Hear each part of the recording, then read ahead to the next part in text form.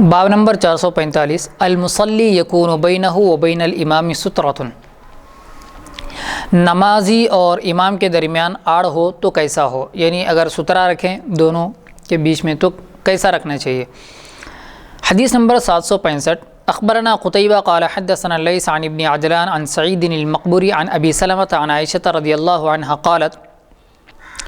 کان لرسول اللہ صلی اللہ علیہ وسلم حصیرۃ یبسطها بالنہار ويحتجزها بالليل فيصلي فيها ففطن له الناس فصلوا بصلاته وبينه وبينهم الحصيرة فقال اكلفوا من العمل ما تطيقون فإن الله لا يمل حتى تملوا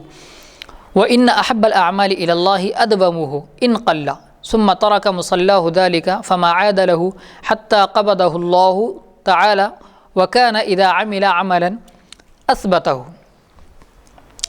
حضرت عائشہ رضی اللہ عنہا سے روایت ہے کہ حضور صلی اللہ علیہ وسلم کے پاس ایک بوریا تھا، یعنی ایک چٹائی تھی۔ آپ دن کو اس کو بچھاتے اور رات کو اس کی آڑ کر لیتے اور نماز پڑھا کرتے تھے۔ لوگوں کو معلوم ہوا تو وہ آپ کے پیچھے نماز پڑھنے لگے، اور ان کے یعنی لوگوں کے اور آپ کے درمیان بوریا تھا۔ آپ صلی اللہ علیہ وسلم نے فرمایا اتنا عمل کرو جتنے کی تم طاقت رکھتے ہو، کیونکہ اللہ جل جلالہ ثواب دینے سے نہیں تھکتا اور تم ہی تھک جاتے ہو۔ بے شک اللہ کو وہ عمل بہت زیادہ پسند ہے جو ہمیشہ کیا جائے اگرچہ تھوڑا ہو۔ پھر آپ نے وہاں نماز پڑھنا چھوڑ دی اور کبھی نہیں پڑھی، یہاں تک کہ اللہ نے آپ کو دنیا سے اٹھا لیا، اور آپ جب کوئی کام کرتے تو استقلال اور مضبوطی سے کرتے، یعنی پابندی کے ساتھ کرتے۔ تو اس حدیث میں جو بات بتلائی گئی ہے کہ نمازی یعنی ایک نماز پڑھ رہا ہے تو ایک آدمی، تو پھر اس کے پیچھے اور لوگ نماز پڑھنا چاہتے ہیں تو ان کے درمیان کیا سترا ہونا چاہیے۔ خیر یہ تو ایک عمل بتایا گیا ہے، ویسے امام اور مقتدیوں کے درمیان کوئی چیز آڑ نہیں ہوتی ہے۔ لیکن اس بات سے یا اس حدیث سے یہ ہمیں تعلیم ضرور ملتی ہے کہ ہم جو بھی کام کریں، جو بھی عمل کریں تو اس عمل کو پابندی کے ساتھ کریں، مستقل کریں، اگرچہ وہ تھوڑا ہو۔ یعنی اگر آپ نماز پڑھتے ہوں تو فرض نماز ہی پڑھیں، لیکن روزانہ پڑھیں اور پوری کی پوری 5 نمازیں پڑھیں، پابندی کے ساتھ پڑھیں۔ ایسا نہیں کہ ایک دن آپ نماز کے لیے آئے اور جیسے مثال کے طور پر ظہر میں آئے اور ساری ظہر کی نمازیں پڑھ چکے آپ، اور فجر کی قضا کر لیے، سنتوں پہ سنتیں پڑھے جا رہے ہیں، نوافل پہ نوافل پڑھے جا رہے ہیں، اور کئی نمازوں کی قضا کر رہے ہیں، قرآن کی تلاوت کر رہے ہیں، ایک ہی دن میں سب کچھ کر رہے ہیں، تو یہ اللہ کو نہیں پسند ہے۔ اللہ کو جو ان احب الاعمال الی اللہ ادومھا، یعنی اللہ کو جو پسند ہے سارے اعمال میں وہ عمل پسند ہے جس پر پابندی کی جائے، اور اگرچہ کہ وہ عمل چھوٹا سا ہی کیوں نہ ہو۔ باب نمبر 456 الصلاۃ فی الثوب الواحد، ایک کپڑے میں نماز پڑھنے کا بیان۔ حدیث نمبر 766 اخبرنا قتیبۃ بن سعید عن مالک عن ابن شہاب عن سعید بن المسیب عن ابی ہریرہ رضی اللہ عنہ ان سائلا سأل رسول اللہ صلی اللہ علیہ وسلم عن الصلاۃ فی الثوب الواحد فقال او لکلکم ثوبان۔ حضرت ابو ہریرہ رضی اللہ عنہ سے روایت ہے کہ ایک شخص نے حضور صلی اللہ علیہ وسلم سے پوچھا کیا ایک کپڑے میں نماز پڑھی جا سکتی ہے، نماز درست ہے؟ آپ نے فرمایا کیا تم میں سے ہر شخص کے پاس 2 کپڑے ہیں؟ یعنی یہ پوچھنے کا مقصد یہ تھا کہ حضور صلی اللہ علیہ وسلم سے جس شخص نے بھی پوچھا اس نے اس لیے پوچھا کہ چونکہ مسلمان بہت غریب تھے اور ان کے پاس کپڑے زیادہ نہیں ہوا کرتے تھے، چادر وغیرہ نہیں ہوا کرتے تھے، تو انہوں نے پوچھا کہ اے اللہ کے رسول صلی اللہ علیہ وسلم کیا ایک چادر میں، ایک کپڑے میں، یا صرف تہبند جو ہوتا ہے یعنی جس کو ہماری زبان میں لنگی جس کو کہہ سکتے ہیں، یعنی جس سے سطر چھپایا جا سکتا ہے، تو کیا ایک تہبند میں نماز پڑھی جا سکتی ہے، نماز درست ہے ایک کپڑے میں؟ یہ سوال کیا گیا۔ تو آپ صلی اللہ علیہ وسلم نے یہ نہیں فرمایا کہ نماز درست ہے، بلکہ یہ فرمایا کہ کیا تم میں سے ہر ایک کے پاس 2 کپڑے ہیں؟ کیا ہر شخص تم میں سے 2 ہی کپڑوں پر نماز پڑھتا ہے؟ تو اس کا مطلب یہ ہوا کہ ایک کپڑے میں یعنی مجبوری کی حالت میں، اور انسان کے پاس اگر کپڑے نہ ہوں، وہ ایک ہی کپڑا ہو، تو ایک کپڑے سے سطر کو چھپا لے۔ سطر مرد کا جو سطر ہے وہ ناف کے نیچے سے لے کر گھٹنوں تک یعنی گھٹنے بھی سطر میں شامل ہیں، تو ان چیزوں کو چھپائے اور نماز پڑھ لے تو اس کی نماز ہو جائے گی۔ حدیث نمبر 767 اخبرنا قتیبہ عن مالک عن ہشام بن عروۃ عن ابیہ عن عمر ابن ابی سلمۃ انہ رأى رسول اللہ صلی اللہ علیہ وسلم یصلی فی ثوب واحد فی بیت ام سلمۃ واضعا طرفیہ علی عاتقیہ۔ حضرت عمر بن ابی سلمہ سے روایت ہے، انہوں نے حضور صلی اللہ علیہ وسلم کے گھر میں دیکھا ایک کپڑے میں نماز پڑھتے ہوئے، یعنی آپ صلی اللہ علیہ وسلم ام سلمہ کے گھر میں ایک ہی کپڑے پر نماز پڑھ رہے تھے، اور اس کے دونوں کنارے، یعنی اس کپڑے کے دونوں کنارے آپ کے کندھے پر تھے، یعنی اس طرح آپ صلی اللہ علیہ وسلم نے ایک کنارے کو ڈالا تھا، اس طرح ایک کنارے کو ڈالا تھا، دونوں کندھوں پر آپ نے دونوں کناروں کو ڈالا تھا۔ باب نمبر 455 الصلاۃ فی قمیص واحد، فقط کرتے میں نماز پڑھنے کا بیان، لیکن ضروری ہے کہ سطر چھپا ہوا ہو۔ حدیث نمبر 768 اخبرنا قتیبہ قال حدثنا العطاف عن موسى ابن ابراہیم عن سلمة بن الاکوع قال قلت یا رسول اللہ انی لاکون فی الصید وليس علی الا القمیص افاصلی فیہ قال وضروره علیک بشوکہ۔ حضرت سلمہ بن اکوع سے روایت ہے، میں نے عرض کیا یا رسول اللہ صلی اللہ علیہ وسلم، میں شکار میں فقط کرتا پہنے ہوتا ہوں، یعنی میں شکار کے لیے جاتا ہوں تو صرف کرتا ہی پہنے ہوتا ہوں، کیا اسی طرح نماز پڑھ لوں؟ آپ نے فرمایا اور اس میں تکمہ لگا لے، اگرچہ ایک کانٹے کا ہی ہو۔ تکمہ یعنی تسمہ بھی جس کو کہا جاتا ہے، یعنی جب ان صحابی نے کرتے میں نماز پڑھنے کے سلسلے میں سوال کیا تو آپ صلی اللہ علیہ وسلم نے فرمایا کہ ہاں کرتے میں نماز تو پڑھ لو، لیکن اس کے اندر یعنی اب جیسے ہم بٹنس وغیرہ لگائے ہوتے ہیں تاکہ جسم نہ کھلے، تو اسی طرح آپ صلی اللہ علیہ وسلم نے بھی فرمایا، چونکہ وہ کرتا شاید ان کا نیچے سے ہوتا ہو، تو آپ صلی اللہ علیہ وسلم نے فرمایا کہ کانٹے ہی سے کیوں نہ ہو مگر جسم کو چھپا لو، سطر کو چھپا لو تاکہ تمہاری نماز صحیح ہو سکے۔ اگر تمہارے پاس کرتا ہے اور سطر کھلا ہوا ہے تو پھر کرتے کی ضرورت نہیں ہے، پہلے جسم کو چھپاؤ، اسی کرتے سے سطر کو چھپاؤ، سطر کو چھپا کر نماز اگر پڑھیں گے تو پھر نماز ہو جائے گی۔ باب نمبر 458 الصلاۃ فی الازار، تہبند میں یا پیجامے میں نماز پڑھنے کا بیان۔ حدیث نمبر 769 اخبرنا عبید اللہ بن سعید قال حدثنا یحیی عن سفیان قال حدثنی ابو حازم عن سہل بن سعید قال كان رجال يصلون مع رسول الله صلی اللہ علیہ وسلم عاقدین أزرهم كهيئة الصبيان فقيل للنساء لا ترفعن رؤوسكن حتى يستوي الرجال جلوسا۔ حضرت سہل بن سعید سے روایت ہے، کچھ لوگ حضور صلی اللہ علیہ وسلم کے ساتھ نمازیں پڑھا کرتے تھے تہبند باندھے ہوئے، لڑکوں کی طرح، یعنی جب سجدے میں جاتے تو پیچھے سے ان کا سطر نظر آتا تو حکم ہوتا عورتوں کو کہ سر نہ اٹھائیں سجدے سے جب تک مرد سیدھے نہ کھڑے ہو جائیں۔ تو کپڑوں کی قلت کی وجہ سے، کپڑے نہ ہونے کی وجہ سے اس طرح وہ لوگ یعنی تہبند میں نماز پڑھا کرتے تھے، مجبوری کی حالت میں اس طرح نماز پڑھی جا سکتی ہے۔ حدیث نمبر 770 اخبرنا شعیب بن یوسف قال حدثنا عاصم عن عمر بن سلمة رضی اللہ عنہ قال لما رجع قوم من عند النبي صلی اللہ علیہ وسلم قالوا انه قال ليؤمكم اكثركم قراءة للقرآن قال فدعوني فعلموني الركوع والسجود فكنت اصلي بهم وكانت علي بردة مفتوقة فكانوا يقولون لأبي الا تغطي عنا استئبنك۔ حضرت عمر بن سلمہ سے روایت ہے، جب میری قوم حضور صلی اللہ علیہ وسلم کے پاس سے لوٹ کر آئی، اس نے کہا آپ نے فرمایا ہے کہ تمہاری امامت کرے وہ شخص جو قرآن زیادہ جانتا ہو، یعنی قرآن کا علم زیادہ ہو۔ لوگوں نے مجھے بلایا اور رکوع سجدہ سکھلایا، میں نماز پڑھایا کرتا تھا، اس وقت میرے بدن پر ایک پھٹی چادر تھی، لوگ میرے باپ سے کہا کرتے تھے تم اپنے بیٹے کا سطر ہم سے نہیں چھپاتے، یعنی تم اپنے بیٹے کو اس طرح کپڑے نہیں دیتے کہ وہ اپنا سطر چھپا سکے۔ تو مجبوری تھی،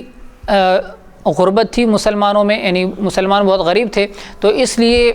ان کے پاس اتنا کپڑا نہیں تھا کہ وہ لوگ اپنا سطر چھپا سکیں۔ تو اگر سطر چھپانے کا کپڑا نہ ہو تو پھر نماز پڑھی جا سکتی ہے، جتنا کپڑا ہو اسی میں، لیکن ضروری جو سطر ہے اس سطر کو تو چھپا لینا چاہیے کسی بھی طرح۔ باب نمبر 459 صلاۃ الرجل فی ثوب بعضہ علی امرأتہ، ایک کپڑا کچھ نمازی کے بدن پر ہو اور کچھ اس کی عورت کے بدن پر ہو۔ حدیث نمبر 771 اخبرنا اسحاق بن ابراہیم قال انبأنا وکیع قال حدثنا طلحة بن یحیی عن عبید اللہ بن عبد اللہ عن عائشہ رضی اللہ تعالی عنہا قالت کان رسول اللہ صلی اللہ علیہ وسلم یصلی باللیل وانا الى جنبه وانا حائض وعلی مرط بعضه علی رسول اللہ صلی اللہ علیہ وسلم۔ حضرت عائشہ سے روایت ہے کہ حضور صلی اللہ علیہ وسلم رات کو نماز پڑھتے اور میں آپ کے پاس ہوتی حیض کی حالت میں، اور ایک ہی چادر ہوتی جس میں سے کچھ حضور صلی اللہ علیہ وسلم پر بھی پڑی ہوتی تھی۔ تو اگر کپڑا نہیں ہے تو پھر آپ ایک کپڑے میں ایک عورت پر ہو، اور لیکن وہ کپڑا ایسا ہو کہ اس کو گندگی یا ناپاکی نہ لگی ہو، تو اس حالت میں نماز پڑھ سکتے ہیں کہ ایک کپڑا دونوں پر ہو، اور کپڑا بڑا بھی ہو، ایسا نہ ہو کہ آپ رکوع میں جائیں سجدے میں جائیں تو آپ کا سطر کھل جائے۔ تو اگر بڑا کپڑا ہے تو اس طرح نماز پڑھ سکتے ہیں۔ باب نمبر 460 صلاۃ الرجل فی الثوب الواحد لیس علی عاتقہ منہ شیء، ایک ہی کپڑے میں نماز پڑھنا جبکہ کاندھوں پر کچھ نہ ہو۔ حدیث نمبر 772 اخبرنا محمد بن منصور قال حدثنا سفیان قال حدثنا ابو الزناد عن الاعرج عن ابی ہریرہ رضی اللہ عنہ قال قال رسول اللہ صلی اللہ علیہ وسلم لا یصلین احدکم فی الثوب الواحد لیس علی عاتقہ منہ شیء۔ حضرت ابو ہریرہ سے روایت ہے کہ حضور صلی اللہ علیہ وسلم نے فرمایا تم میں سے کوئی شخص نماز نہ پڑھے ایک کپڑے میں جبکہ اس کے کاندھے پر کچھ نہ ہو، یعنی مکروہ ہے۔ نماز تو ہو جائے گی، جیسا پچھلے آپ حدیثوں میں آپ نے پڑھا، نماز تو ہو جائے گی لیکن مکروہ ہے۔ باب نمبر 461 الصلاۃ فی الحریر، ریشمی کپڑے پہن کر، ریشم پہن کر نماز پڑھنا کیسا ہے۔ حدیث نمبر 773 اخبرنا قتیبہ وعیسیٰ ابن حماد رغبۃ عن اللیث عن یزید بن ابی حبیب عن ابی الخیر عن عقبۃ بن عامر قال اہدی لرسول اللہ صلی اللہ علیہ وسلم فزوج حریر فلبسہ ثم صلی فیہ ثم انصرف فنزعہ نزعا شدیدا کالکارہ لہ ثم قال لا ينبغی ھذا للمتقین۔ حضرت عقبہ بن عامر سے روایت ہے کہ حضور صلی اللہ علیہ وسلم کو حریر یعنی جو نرم ریشم ہوتا ہے وہ ریشم کی ایک قبا تحفے میں بھیجی گئی۔ قبا یعنی جیسے جبہ ہم لوگ پہنتے ہیں جس کو توپ بھی کہا جاتا ہے، لمبا ہوتا ہے، ایک قبا تحفے میں بھیجی گئی۔ آپ نے اس کو پہن کر نماز پڑھی، پھر جب نماز سے فارغ ہوئے تو زور سے اس کو اتار کر پھینکا جیسے کوئی برا جانتا ہے، یعنی جیسے کوئی بری چیز آپ سے لگ گئی ہو، کوئی بری چیز ہو ریشم کا کپڑا، اس طرح آپ نے اٹھا کر اس کو الگ کر دیا اپنے سے۔ پھر فرمایا اس کا پہننا متقیوں کے لیے جائز نہیں ہے، کیونکہ یہ ریشم حریر وغیرہ جو یہ چیزیں ہیں یہ عورتوں کے لیے ہیں۔ آپ صلی اللہ علیہ وسلم نے پہنا تو صحیح اس کو، یعنی اس کو برا بھی نہیں سمجھا، لیکن پہن لیا اور پہن کر نماز پڑھے۔ نماز پڑھنے کے بعد آپ صلی اللہ علیہ وسلم نے اس کو غصے سے اتار کر پھینکا، تو شاید ہو سکتا ہے کہ آپ صلی اللہ علیہ وسلم کو نماز میں اس کپڑے کی وجہ سے خلل ہوا ہو، اور یا پھر نماز میں آپ صلی اللہ علیہ وسلم نے کچھ محسوس کیا ہو، جیسے اللہ کی ناراضگی، یا مطلب ناراضگی مطلب اس کپڑے کو اس کپڑے کو پہن کر نماز پڑھنے کو اللہ رب العزت پسند نہیں فرماتے ہوں، یا جبرائیل نے آ کر کوئی اشارہ دیا ہو کہ یہ کپڑا متقیوں کے لیے درست نہیں ہے، جائز نہیں ہے، تو آپ صلی اللہ علیہ وسلم نے نماز پڑھتے ہی فوراً اس کو نکال دیا۔ باب نمبر 462 الرخصۃ فی الصلاۃ فی خمیصۃ لہا اعلام، منقش چادر کو اوڑھ کر نماز پڑھنا درست ہے، یعنی جس میں نقش نگار ہو۔ حدیث نمبر 774 اخبرنا اسحاق بن ابراہیم وقتیبۃ بن سعید واللفظ له عن سفیان عن الزہری عن عروۃ بن الزبیر عن عائشہ ان رسول اللہ صلی اللہ علیہ وسلم صلی فی خمیصۃ لها اعلام ثم قال شغلتنی اعلام هذه اذهبوا بهذه الى ابی جہم واتونی بانبحانیته۔ حضرت عائشہ سے روایت ہے کہ حضور صلی اللہ علیہ وسلم نے نماز پڑھی ایک چادر میں جس میں بیل بوٹے تھے، یعنی جس میں نقش نگار جیسے درخت وغیرہ جو بھی ہوتے ہیں۔ پھر فرمایا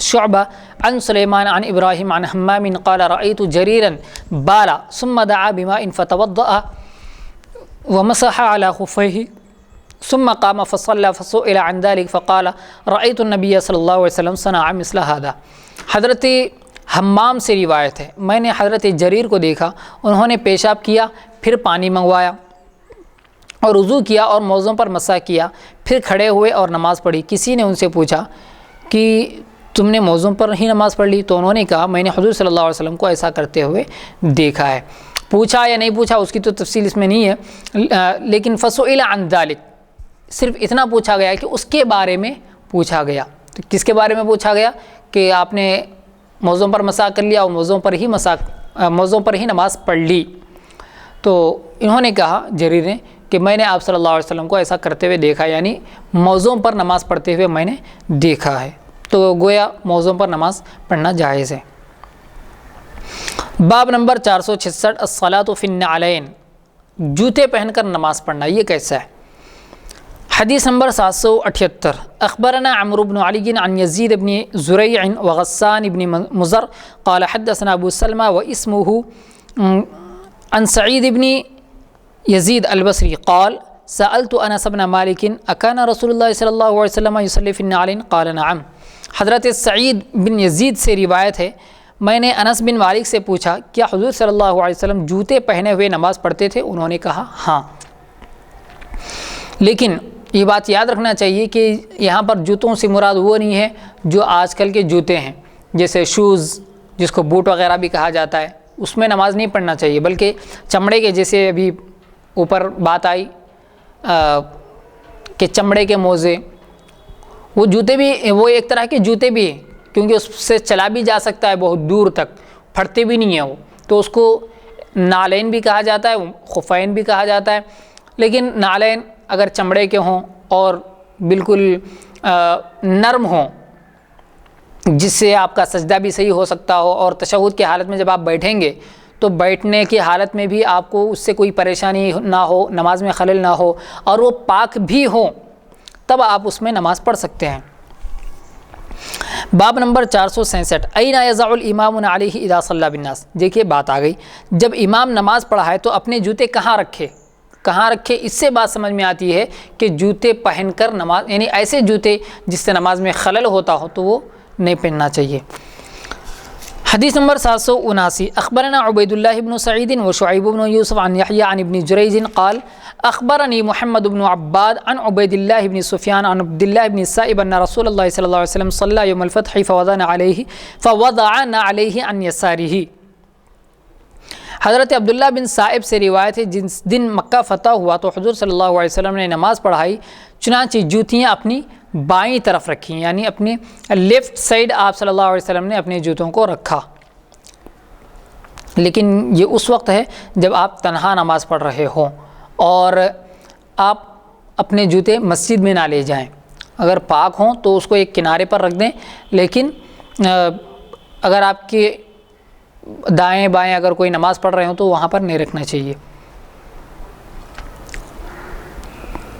اب یہاں سے کتاب الامامت یعنی امامت کا باب، امامت کے متعلق احادیث سے جو مسائل نکلیں گے وہ پیش کیے جائیں گے۔ سب سے پہلا باب ہے کتاب الامامت کا، امامت اہل العلم والفضل، یعنی علم والا، کمال والا، فضل والا یعنی بزرگی والا، صلاحیت والا آدمی، یا نماز کے متعلق جو جتنے مسائل ہیں ان مسائل کا علم رکھنے والا آدمی، اس کو امامت کرنا چاہیے۔ دیکھیے حدیث ہیں، حدیث نمبر 780 اخبرنا اسحاق بن ابراہیم وحناد بن السری عن حسین بن علی عن زائدۃ عن عاصم عن زر عن عبد اللہ قال لما قبض رسول اللہ صلی اللہ علیہ وسلم قالت الانصار منا امیر ومنکم امیر فاتاهم عمر فقال الستم تعلمون ان رسول اللہ صلی اللہ علیہ وسلم قد امر ابا بکر ان يصلي بالناس فأيكم تطيب نفسه ان يتقدم ابا بکر قالوا نعوذ باللہ ان نتقدم ابا بکر۔ حضرت عبداللہ بن مسعود رضی اللہ عنہ سے روایت ہے، جب حضور صلی اللہ علیہ وسلم کی وفات ہوئی تو انصار نے کہا ایک امیر ہم لوگوں میں سے ہونا چاہیے اور ایک امیر تم میں سے ہونا چاہیے، یعنی ایک انصار میں سے ہونا چاہیے اور ایک مہاجرین میں سے ہونا چاہیے۔ تو حضرت عمر رضی اللہ عنہ ان کے پاس آئے اور کہا کیا تم نہیں جانتے کہ حضور صلی اللہ علیہ وسلم نے حکم کیا تھا ابو بکر رضی اللہ عنہ کو نماز پڑھانے کا،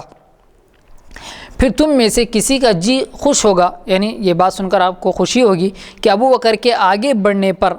انصار نے کہا، یعنی اگر ابو بکر کو امیر بنا دیں گے تو شاید تم کو اس بات سے خوشی ہوگی۔ انصار نے کہا ہم پناہ مانگتے ہیں اللہ کے ابو بکر سے آگے بڑھنے پر، یعنی ہم بھی یہی چاہتے ہیں کہ حضرت ابو بکر رضی اللہ تعالیٰ عنہ ہی امیر ہوں سب کے، کیونکہ آپ صلی اللہ علیہ وسلم نے آگے بڑھایا تھا امامت کے لیے، تو جو سب سے زیادہ فضیلت والا، جو سب سے زیادہ علم والا، جو سب سے زیادہ تقوی والا ہوگا اسی کو آگے بڑھائیں گے نماز کے لیے، یعنی امامت کے لیے آگے بڑھائیں گے۔ اور یہ وہاں کی بات ہے جہاں پر امام مقرر نہ ہو، جہاں پر امام مقرر ہو، جیسے مساجد میں عام طور پر امام مقرر ہوتے ہیں تو وہی امام نماز پڑھائیں گے، اور وہ امام جو مقرر کر رہے ہیں، یا پھر یہ بات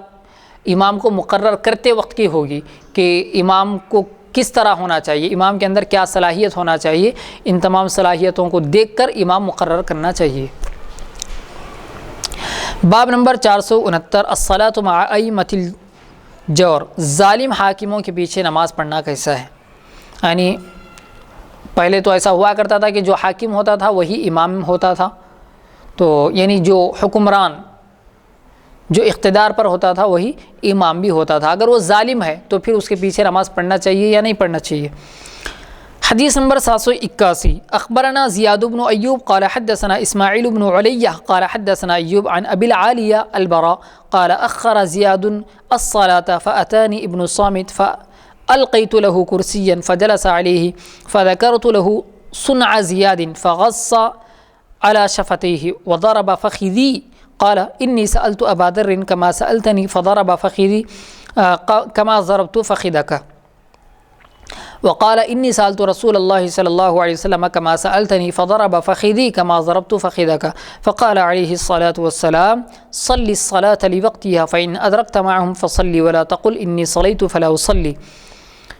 حضرت ابو العالیہ سے جن کا نام برا ہے روایت ہے کہ زیاد نے ایک روز نماز میں دیر کی، زیاد اس وقت عامل تھے، عامل کی تفصیل ہم نے بتلا دی ہے، عامل سے مراد وہ حکومت کے کام کرنے والے، شریعت پر جو لوگ مقرر ہوتے ہیں زکوٰۃ حاصل کرنے کے لیے، بیت المال کے کام کرنے کے لیے، وہ عامل۔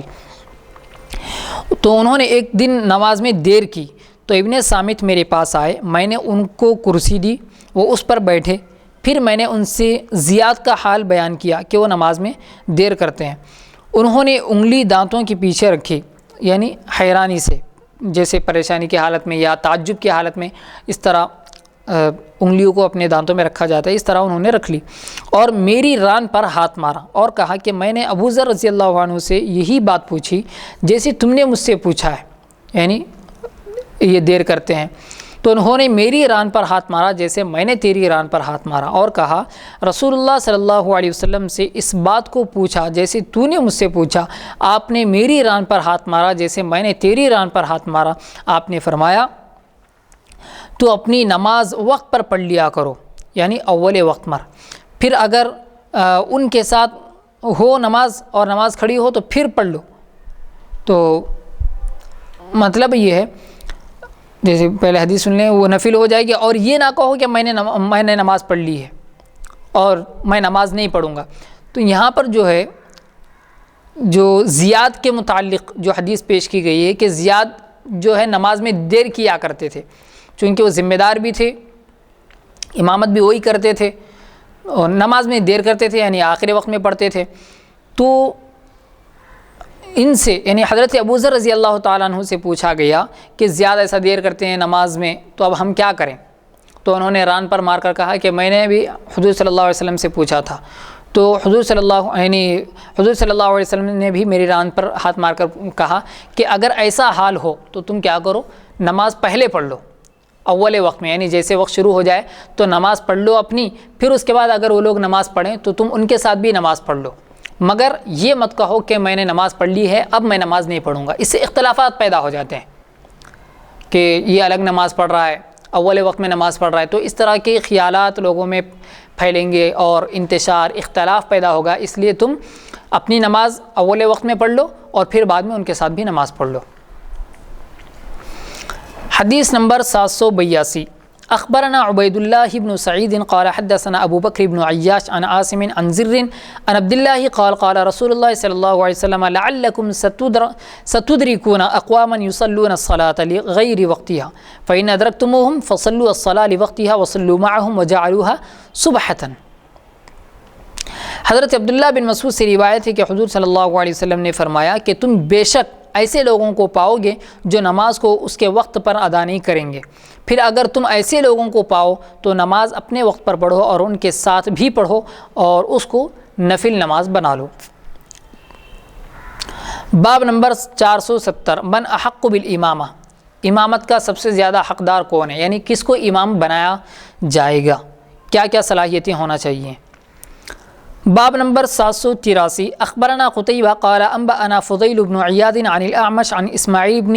رجاء عن اوس بن زمعج عن ابی مسعود الانصاری قال قال رسول اللہ صلی اللہ علیہ وسلم یؤم القوم اقرأهم لکتاب اللہ فإن كانوا في القراءة سواء فأقدمهم في الهجرة فإن كانوا في الهجرة سواء فأعلمهم بالسنة فإن كانوا في السنة سواء فأقدمهم سنا ولا يؤم الرجل في سلطانه ولا تقعد على تكريمته إلا أن يأذن لك۔ ابو مسعود انصاری سے روایت ہے کہ رسول اللہ صلی اللہ علیہ وسلم نے فرمایا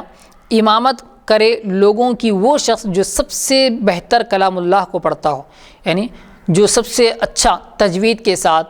اور اچھے انداز میں قرآن کو پڑھتا ہو، ایسے شخص کو امام بنانا چاہیے۔ سب سے پہلی بات یہ آپ نے فرمائی۔ پھر اس کے بعد اگر کلام اللہ پڑھنے میں سب کے سب برابر ہوں، تقریباً بہت سارے لوگ ہیں، 20 40 50 جتنے بھی لوگ ہیں، وہ سب کے سب، یعنی پہلے یہ دیکھنا چاہیے کہ سب سے اچھا قرآن پڑھنے والا کون ہے، تو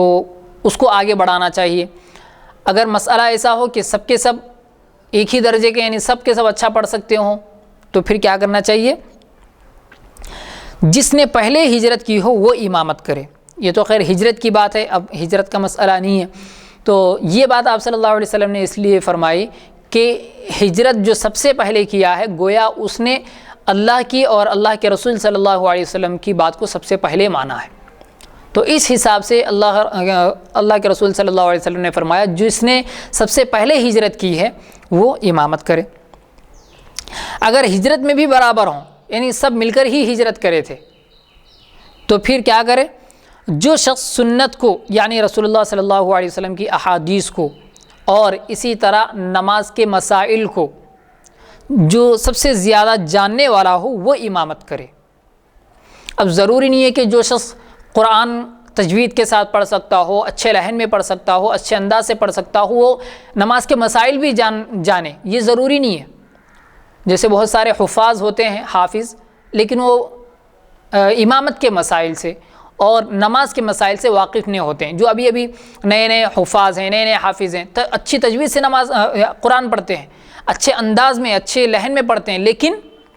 ان کو نماز کے مسائل سے واقفیت نہیں ہوتی ہے، تو یہ ضروری نہیں ہے کہ وہ بھی مسائل جانیں۔ تو اگر ہجرت میں بھی برابر ہوں تو اس کو بنایا جائے گا جو سنت کو زیادہ جانتا ہو وہ امامت کرے۔ اگر اس میں بھی برابر ہوں تو جس شخص کا سن زیادہ ہو، یعنی جس کی عمر زیادہ ہو، جو بڑا ہو، تو وہ امامت کرے، اور کسی شخص کو نہیں چاہیے کہ وہ دوسرے کی امامت کی جگہ میں جا کر امامت کرے یا اس کی عزت کی جگہ پر جا کر بیٹھ جائے مگر اس کی اجازت سے۔ یہ دو باتیں بہت اہم ہیں آخر کی، جو یعنی اس دور میں ہمیں بہت ہی زیادہ اس بات کا خیال کرنا چاہیے۔ پہلی بات تو یہ ہے کہ اگر کوئی شخص پہلے سے امام مقرر ہے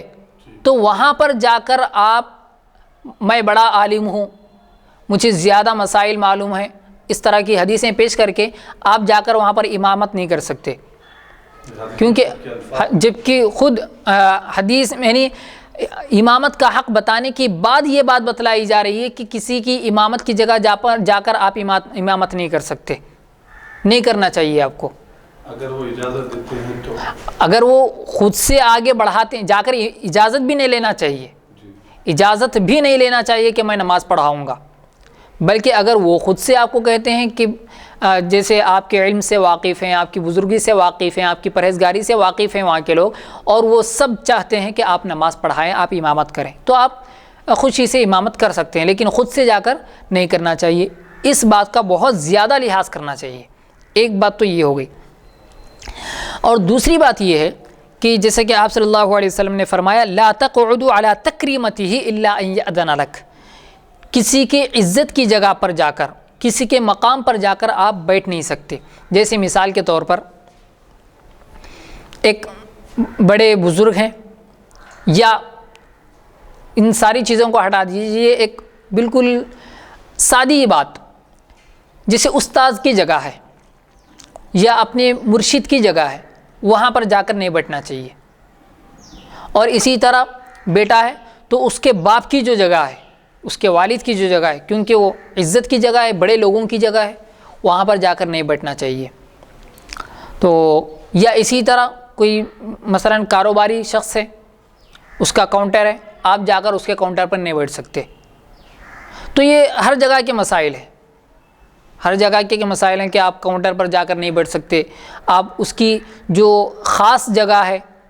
خاص مقام ہے، خاص سیٹ، خاص کرسی ہے، تو وہاں پر جا کر آپ نہیں بیٹھ سکتے، نہیں بیٹھنا چاہیے۔ ہاں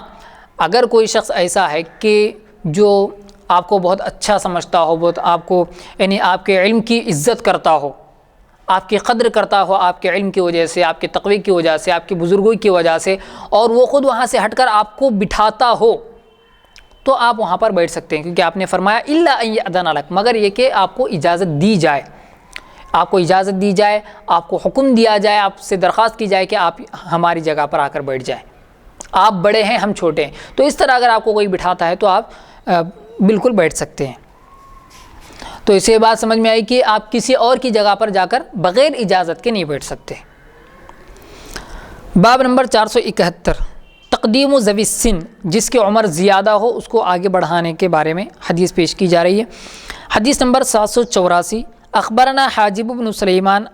المنبجی عن وکیع عن سفیان عن خالد الحذاء عن ابی قلابۃ عن مالک بن الحویرث قال اتیت رسول اللہ صلی اللہ علیہ وسلم انا وابن عم لی وقال مرة انا وصاحب لی فقال اذا سافرتما فأذنا واقیما وليؤمكما اکبرکما۔ یہ حدیث پہلے بھی گزر چکی ہے۔ مالک بن حویرث سے روایت ہے، میں رسول اللہ صلی اللہ علیہ وسلم کے پاس آیا اور میرے ساتھ میرے چچا کا بیٹا تھا، اور کبھی یہ کہا کہ میرا ایک ساتھی تھا، یعنی روایتوں میں اختلاف ہے۔ تو رسول اللہ صلی اللہ علیہ وسلم نے فرمایا جب تم سفر کرو تو اذان دو اور تکبیر کہو، اور امامت تم دونوں میں سے وہ کرے جو تم دونوں میں سے بڑا ہو۔ تو اس سے سمجھ میں آیا کہ جو عمر میں زیادہ ہے اس کو آگے بڑھایا جائے، جبکہ اس کے اندر وہ پہلے والی صلاحیتیں بھی ہوں، انہیں قرآن بھی اچھا پڑھتا ہو، سنتوں سے بھی واقف ہو، نماز کے مسائل سے بھی واقف ہو۔ ایسا نہیں کہ عمر میں بڑا ہے لیکن مسائل ہی نہیں جانتا، آپ نے آگے بڑھا دیا، سب کی نمازیں خراب، تو یہ کوئی حیثیت نہیں رکھتا عمر۔ بلکہ اگر ساری صلاحیتیں ہیں پھر اگر عمر میں بڑا ہو تو آپ اس کو بڑھا سکتے ہیں۔ باب نمبر 472، اجتماع القوم فی موضع ہم فیہ سواء، جب چند لوگ برابر کے جمع ہو جائیں تو کون امامت کرے۔ حدیث نمبر 775، اخبرنا عبید اللہ بن سعید عن یحیی عن ہشام قال حدثنا قتادہ عن ابی نضرہ عن ابی سعید عن النبی صلی اللہ علیہ وسلم قال اذا كانوا ثلاثة فليؤمهم احدهم واحقهم بالامامہ اقرأهم۔ ابو سعید سے روایت ہے، رسول اللہ صلی اللہ علیہ وسلم نے فرمایا جب 3 آدمی اکٹھے ہوں یعنی جمع ہو جائیں تو ایک امام ہو جائے، اور سب سے زیادہ حقدار امامت کا وہ ہے جو کلام اللہ زیادہ پڑھا ہو یا اچھا پڑھتا ہو، یعنی قرآن کا علم اس کے پاس زیادہ ہو۔ باب نمبر 473، اجتماع القوم وفیہم الولی، جب چند آدمی جمع ہو جائیں اور ان میں وہ شخص بھی ہو جو سب کا حاکم ہو، یعنی سب کا ذمہ دار ہو۔ حدیث نمبر 786، اخبرنا ابراہیم بن محمد التیمی قال حدثنا یحیی بن سعید عن شعبہ عن اسماعیل بن رجاء عن اوس بن زمعج عن ابی مسعود قال قال رسول اللہ صلی اللہ علیہ وسلم لا يؤم الرجل في سلطانه ولا يجلس على تکریمته الا باذنه۔ ابو مسعود سے روایت ہے رسول اللہ صلی اللہ علیہ وسلم نے فرمایا نہ امامت کرے دوسرے کی حکومت میں اور نہ بیٹھے اس کی عزت کی جگہ مگر اس کی اجازت سے. یہ حدیث جیسے ابھی گزری. باب نمبر 474 اذا تقدم الرجل من الرعیة ثم جاء الولی هل يتأخر. جب رعیت میں سے کوئی شخص نماز پڑھاتا ہو پھر حاکم آ جائے تو پیچھے چلا آئے، امامت چھوڑ کر مقتدیوں میں شامل ہو جائے یا امامت کرتا ہی رہے. یعنی جیسے کہ پہلے یہی تھا کہ جو حاکم ہوتا تھا وہی امامت کرتا تھا، تو اب کوئی رعایا میں سے کوئی شخص نماز پڑھا رہا ہے اور امام یعنی جو حاکم ہے وہ آ جائے تو کیا امامت چھوڑ کر پیچھے آ جائے یا پھر نماز پڑھاتا ہی رہے. حدیث نمبر 787 اخبرنا قتيبة قال حدثنا يعقوب وهو ابن عبد الرحمن عن ابي حازم عن سهل بن سعد ان رسول الله صلى الله عليه وسلم بلغه ان بني عمرو بن عوف كان بينهم شيء فخرج رسول الله صلى الله عليه وسلم ليصلح بينهم في اناس معه فحبس رسول الله صلى الله عليه وسلم فحانت الاولى فجاء بلال الى ابي بكر فقال يا ابا بكر ان رسول الله صلى الله عليه وسلم قد حبس وقد حانت الصلاه فهل لك أن تؤم الناس؟ قال نعم إن شئت. فأقام بلال وتقدم أبو بكر فكبر الناس وجاء رسول الله صلى الله عليه وسلم يمشي في الصفوف حتى قام في الصف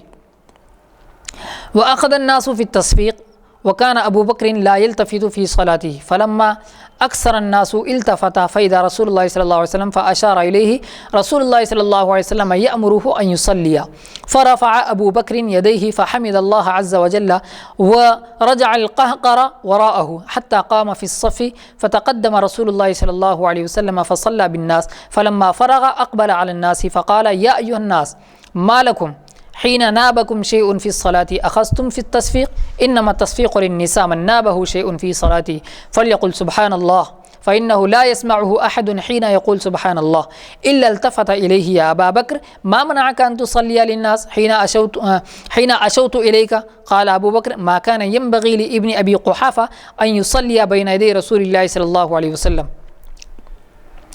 سہل بن سعد سے روایت ہے فرمایا رسول اللہ صلی اللہ علیہ وسلم کو یہ بات پہنچی، یعنی رسول اللہ صلی اللہ علیہ وسلم کو یہ معلوم ہوا کہ بنی عمرو بن عوف آپس میں لڑے تو آپ تشریف لے گئے ان میں صلح کرانے کے لیے اور کئی آدمی آپ کے ساتھ تھے. رسول اللہ صلی اللہ علیہ وسلم وہاں روک لیے گئے، یعنی آپ کو دیر ہو گئی وہاں پر اور ظہر کا وقت آ گیا تو بلال رضی اللہ تعالیٰ عنہ ابو بکر رضی اللہ تعالیٰ عنہ کے پاس آئے اور کہا اے ابو بکر رضی اللہ تعالیٰ عنہ رسول اللہ صلی اللہ علیہ وسلم کو دیر ہو گئی ہے اور نماز کا وقت آ گیا ہے، یعنی نماز کا وقت ہو چکا ہے ظہر کی، تم نماز پڑھا سکتے ہو؟ ابو بکر نے کہا ہاں اگر تم چاہو، یعنی اگر تم اذان دو اقامت دو تو میں پڑھا سکتا ہوں. بلال نے تکبیر کہی اور ابو بکر آگے بڑھے، لوگوں نے بھی تکبیر کہی، اتنے میں رسول اللہ صلی اللہ علیہ وسلم تشریف لائے.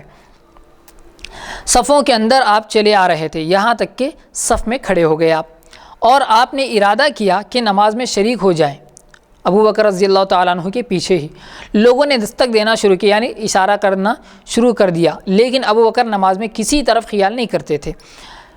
جب بہت دستکیں دیں، یعنی بہت زیادہ اشارے کیے گئے، آوازیں کی گئیں، تو انہوں نے دیکھا تو معلوم ہوا رسول اللہ صلی اللہ علیہ وسلم تشریف لائے ہیں. آپ نے ان کو اشارہ کیا کہ نماز پڑھاؤ،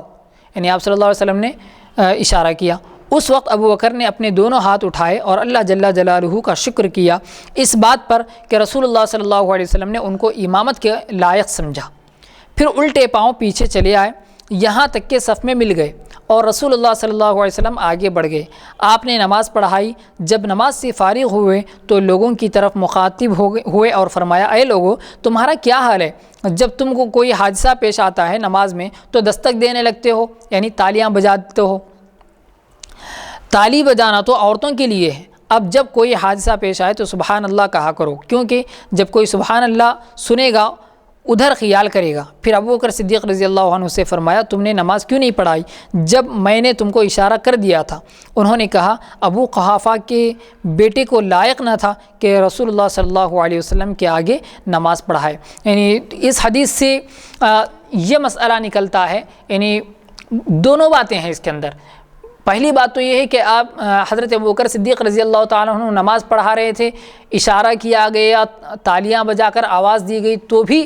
حضرت ابوبکر صدیق نہیں ہٹ رہے تھے. لیکن جب معلوم ہوا کہ آپ صلی اللہ علیہ وسلم آ چکے ہیں تو حضرت ابو بکر جیسے ہی پیچھے ہٹ رہے تھے تو آپ صلی اللہ علیہ وسلم نے کہا کہ نہیں تم ہی نماز پڑھاؤ، یعنی ابو بکر کو کہا پیچھے ہٹنے کی کوئی ضرورت نہیں ہے، امامت جیسی چل رہی ہے تم نماز ہی پڑھاؤ۔ تو بہرحال آپ صلی اللہ علیہ وسلم آگے بڑھے اور نماز پڑھائے۔ تو یہاں پر دو باتیں یہ ہے کہ ایک تو پیچھے ہٹنے کی بھی بات آئی ہے کیونکہ آپ صلی اللہ علیہ وسلم نے نماز پڑھائی، اور دوسری بات یعنی دوسرا مسئلہ یہ نکلتا ہے کہ نہیں ہٹنا چاہیے۔ کیوں؟ آپ صلی اللہ علیہ وسلم نے حضرت ابوبکر صدیق رضی اللہ تعالیٰ عنہ سے کہا کہ تم نے نماز کیوں نہیں پڑھائی؟ تو اب نماز میں خشوع اور خضوع رکھنے کے لیے یعنی نماز اگر کوئی شخص ایسا ہو جو حاکم ہو، جو اصل امام ہو، تو وہ غائب ہو یعنی نہ ہو، پھر کسی نے نماز پڑھانا شروع کر دی پھر وہ آئے تو نماز کو برقرار رکھنا چاہیے، یعنی نماز مکمل کرنی چاہیے، پیچھے ہٹنے کی کوئی ضرورت نہیں ہے۔ باب نمبر 475 صلاۃ الامام خلف رجل من رعیتہ، امام اپنی رعیت میں سے کسی کے پیچھے نماز پڑھے تو درست ہے۔ حدیث نمبر 788 اخبرنا علی بن حجر قال حدثنا اسماعیل قال حدثنا حمید عن انس قال آخر صلاة صلاها رسول اللہ صلی اللہ علیہ وسلم مع القوم صلى في ثوب واحد متوشحا خلف ابی بکر۔ اور حدیث نمبر 789 اخبرنا محمد بن المثنى قال حدثنا بكر بن عيسى صاحب البصرة قال سمعت شعبة يذكر عن نعيم بن أبي هند عن أبي وائل عن مسروق عن عائشة رضي الله تعالى عنها أن أبا بكر صلى للناس ورسول الله صلى الله عليه وسلم في الصف۔ ام المؤمنین حضرت عائشہ رضی اللہ تعالیٰ عنہ سے روایت ہے ابوبکر صدیق نے نماز پڑھائی اور رسول اللہ صلی اللہ علیہ وسلم صف میں تھے، یعنی اس کا مطلب یہ ہے کہ نماز پڑھ سکتے ہیں، یعنی ایک امام ایک بڑا آدمی چھوٹے آدمی کے پیچھے نماز پڑھ سکتا ہے اپنی رعایا کے پیچھے۔ باب نمبر 476 امامت الزائر، جو شخص کسی قوم کی ملاقات کو جائے تو ان کی امامت نہ کرے مگر اجازت لے کر امامت کر سکتا ہے۔ حدیث نمبر 790 اخبرنا سوید بن نصر قال انبأنا عبد الله عن ابان ابن يزيد قال حدثنا بديل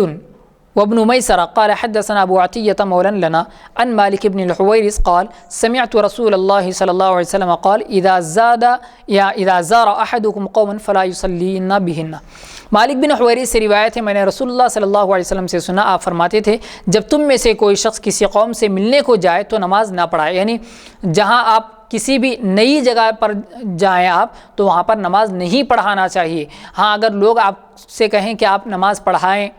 تو پھر آپ نماز پڑھا سکتے ہیں ان کی اجازت سے، لیکن خود سے نماز نئی جگہ پر جا کر نہیں پڑھانا چاہیے، کسی بھی جگہ جا کر نہیں پڑھانا چاہیے۔ باب نمبر 477 امامت الاعمى، اندھے کی امامت کیسی ہے، یعنی اندھے کے پیچھے نماز پڑھی جا سکتی ہے یا نہیں پڑھی جا سکتی۔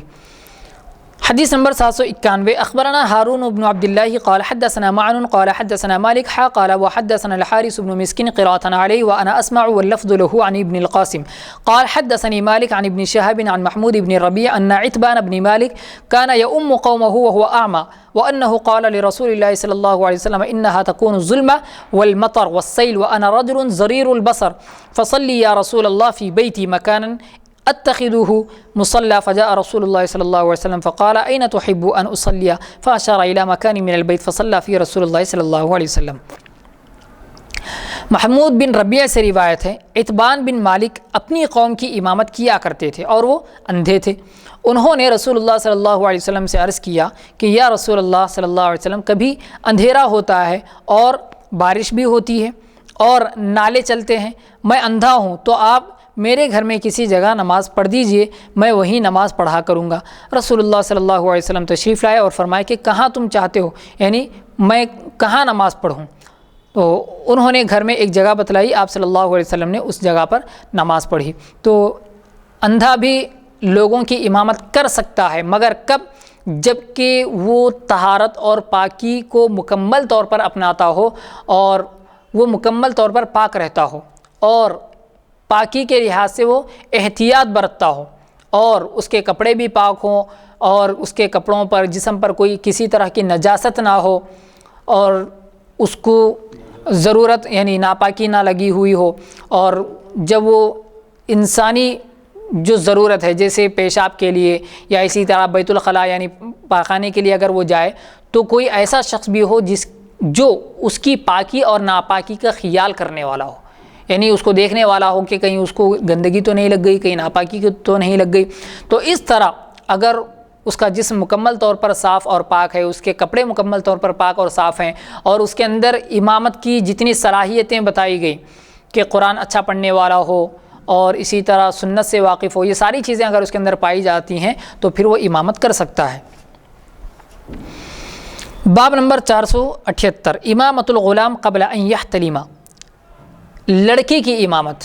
جبکہ وہ ابھی نابالغ ہیں، نابالغ لڑکے کی امامت کا حصہ ہے۔ حدیث نمبر 792، اخبرنا موسى بن عبد الرحمن المسروقي حدثنا حسين بن علي عن زائدة عن سفيان عن أيوب قال حدثني عمرو بن سلمة الجرمي قال كان يمر علينا الركبان فتعلم منهم القرآن فأتى أبي النبي صلى الله عليه وسلم فقال ليؤمكم أكثركم قرآنا فجاء أبي فقال إن رسول الله صلى الله عليه وسلم قال ليؤمكم أكثركم قرآنا فنظروا فكنت أكثرهم قرآنا فكنت أؤمهم وأنا ابن 8 سنين۔ عمر بن سلمہ حربی سے روایت ہے، ہم پر سوار گزرا کرتے تھے، یعنی لوگ سوار ہو کر ہمارے پاس سے جایا کرتے تھے، ہم ان سے قرآن بھی سیکھا کرتے تھے۔ تو میرے باپ رسول اللہ صلی اللہ علیہ وسلم کے پاس آئے، آپ نے فرمایا تمہاری امامت کرے وہ شخص جو قرآن زیادہ جانتا ہو۔ جب میرے باپ لوٹ کر آئے تو کہا کہ رسول اللہ صلی اللہ علیہ وسلم نے فرمایا ہے امامت وہ شخص کرے جس کو قرآن زیادہ یاد ہو۔ پھر لوگوں نے دیکھا تو سب سے زیادہ مجھ کو قرآن یاد تھا، میں ان کی امامت کیا کرتا تھا جبکہ میری عمر صرف 8 سال تھی۔ لیکن اس کے علاوہ جو حدیثیں پہلے گزری ہیں جہاں پر آپ صلی اللہ علیہ وسلم نے فرمایا کہ وَلْيُؤَمِّكُمْ أَكْبَرُكُمْ، تم میں سے وہ شخص امامت کرے جو تم میں سے بڑا ہو، کیونکہ مسائل کی کتابوں میں، فقہ کی کتابوں میں یہ بات محدثین نے، فقہا نے دوسری احادیث کو لے کر جو یہاں پر ذکر نہیں کی گئی ہیں ان احادیث کو لے کر یہ مسئلہ بیان کیا ہے کہ نابالغ امامت نہیں کر سکتا۔ نفل نماز وہ پڑھا سکتا ہے لیکن فرض نماز کی تو وہ امامت ہی نہیں کر سکتا، اور بعض فقہا کے نزدیک تو وہ نفل نماز بھی نہیں پڑھا سکتا، بعض فقہا کے نزدیک نفل نماز بھی نہیں پڑھا سکتا، یعنی تراویح کی امامت بھی وہ نہیں کر سکتا۔ یہ مسائل ہیں۔ باب نمبر 479، قیام الناس اذا رأوا الامام، جب امام باہر نکلے نماز کے لیے اس وقت لوگ کھڑے ہوں۔ اس سے پہلے بھی حدیث گزری، جیسے اقامت کے وقت کب کھڑا ہونا چاہیے اس کے متعلق حدیث ہے۔ حدیث نمبر 793، اخبرنا علی بن حجر قال حدثنا حشیم عن ہشام بن ابی عبد اللہ وحجاج بن ابی عثمان عن یحیی بن ابی کثیر عن عبد اللہ بن ابی قتادہ عن ابی قتادہ رضی اللہ تعالی عنہ قال قال رسول اللہ صلی اللہ علیہ وسلم اذا نودی للصلاۃ فلا تقوموا حتى ترونی۔ ابو قتادہ سے روایت ہے، رسول اللہ صلی اللہ علیہ وسلم نے فرمایا جب نماز کی تکبیر ہو تو کھڑے مت ہو جاؤ جب تک کہ مجھے نہ دیکھ لو، یعنی تکبیر کے وقت، اقامت کے وقت اس وقت کھڑا ہونا چاہیے جب کہ امام کو آپ دیکھ لیں، یعنی مقتدی امام کو اگر دیکھ لے تو امام کو دیکھنے کا مطلب یہ ہے کہ امام مصلی کی طرف بڑھ رہا ہو نماز کے لیے، تو اس وقت اگر آپ دیکھ لیں تو آپ لوگوں کو بھی کھڑا ہو جانا چاہیے۔ اور غالباً مسلم شریف میں ایک حدیث ہے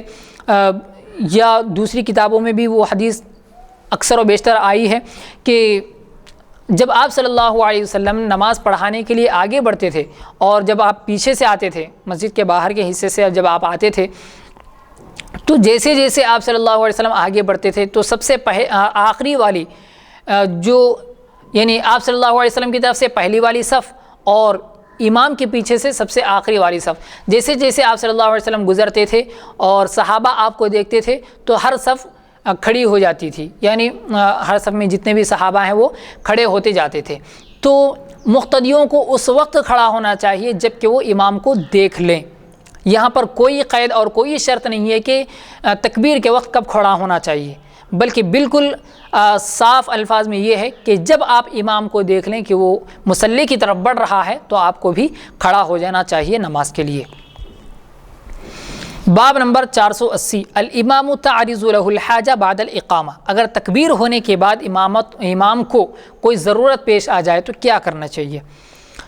حدیث نمبر 794 اخبرنا زیاد بن ایوب قال حدثنا اسماعیل قال حدثنا عبد العزیز عن انس قال اقیمت الصلاة ورسول اللہ صلی اللہ علیہ وسلم نجی لرجل فما قام الى الصلاة حتى نام القوم۔ حضرت انس سے روایت ہے رسول اللہ صلی اللہ علیہ وسلم کے سامنے نماز کی تکبیر ہوئی، آپ ایک شخص سے کان میں باتیں کر رہے تھے، پھر نہیں کھڑے ہوئے آپ نماز میں یہاں تک کہ بعض لوگ سو گئے، یعنی اونگ لگ گئی۔ تو اگر کوئی بہت ہی زیادہ ضرورت پیش آ جائے،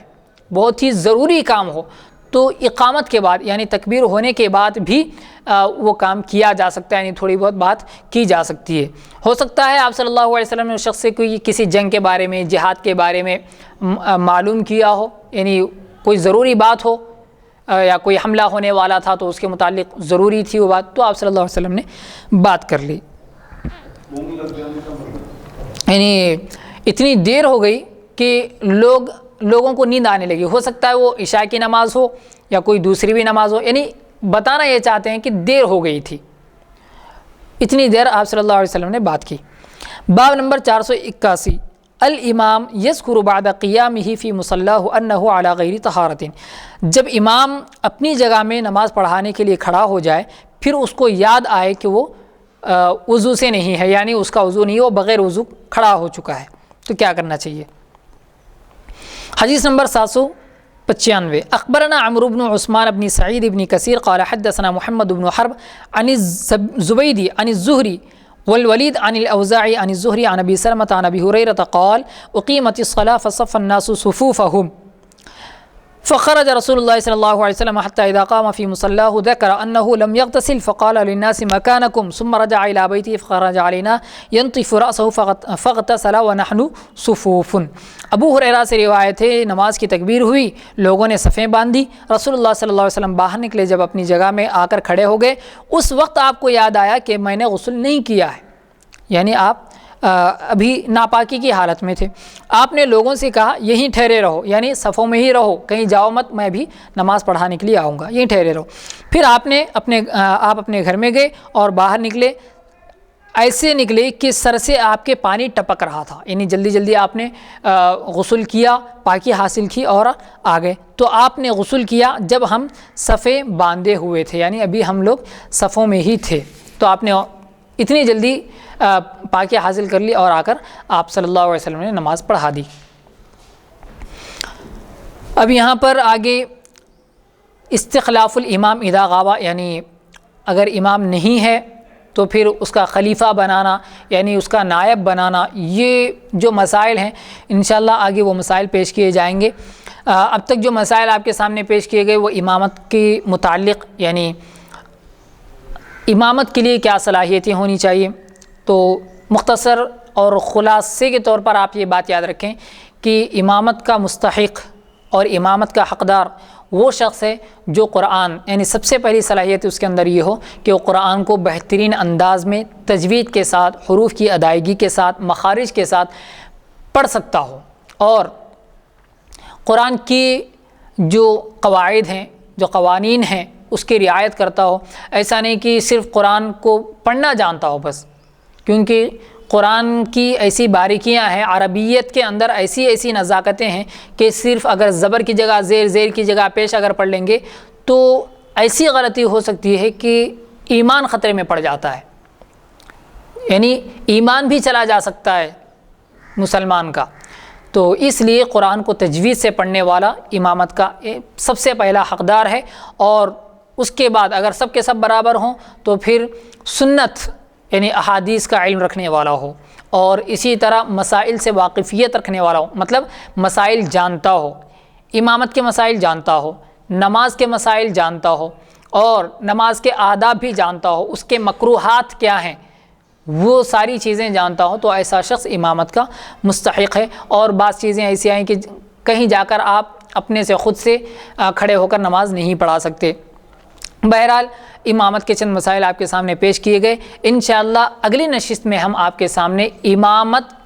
کا نائب، یعنی اگر امام نہ ہو تو اس کا نائب کس طرح بنایا جائے گا، اور کون اس کا نائب بن سکتا ہے، اس کے کیا مسائل ہیں، انشاءاللہ ہم آپ کے سامنے وہ مسائل پیش کریں گے۔ بس اللہ رب العزت سے دعا ہے کہ اللہ تبارک و تعالی